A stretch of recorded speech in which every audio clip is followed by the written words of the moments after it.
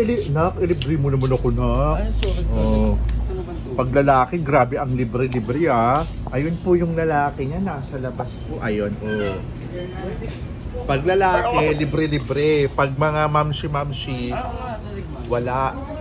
Naku ha, kakaupo lang ito. Ay, good. Mosang. Ayun, vlogger po siya, di ba? Ito kasi nililibre mi ng ano, sa lalaki. Tapos pagta sa atin, hindi. ganon? Oo. Naku, masama nga Oo, yun. nakaupo siya. Ikaw Di ba, sis, puro paglalaki talaga magaling yung mga yan. Oo. Pag sa mga anak, sa mga mami-mami, hindi. Hindi Grabe. naman lalaki yun, syempre, concerned ako. Siyempre hindi tayo mauupuan niya, di ba? Kaya samantala dead pag lalaki, kahit wala na siya. Oo, nangutang pa nga yan, 5K. Ay, wala. Oo. Saka sabi, DO daw nangutang, 1M. Binili ng motor.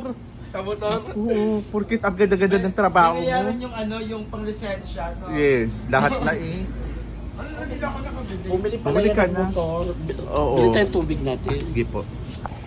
Ayan po ang anak ko pong paluwagan. Ayan, may lalaki. Ayun yung lalaki po niya, tingnan mo yung nasa Hindi kayo labas. lalaki.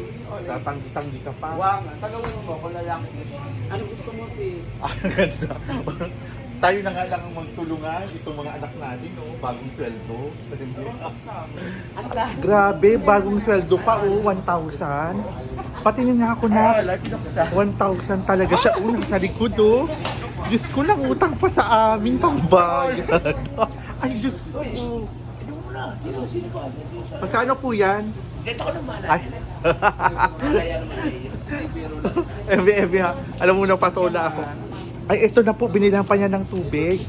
Iba talaga. Ito pa nako.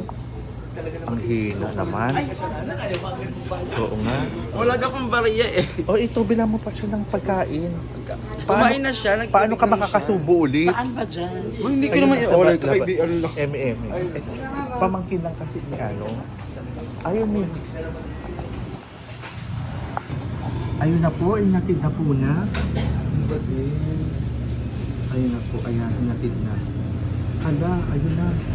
Pinamili pa po niya ng grocery. Wait, ay, ang susya.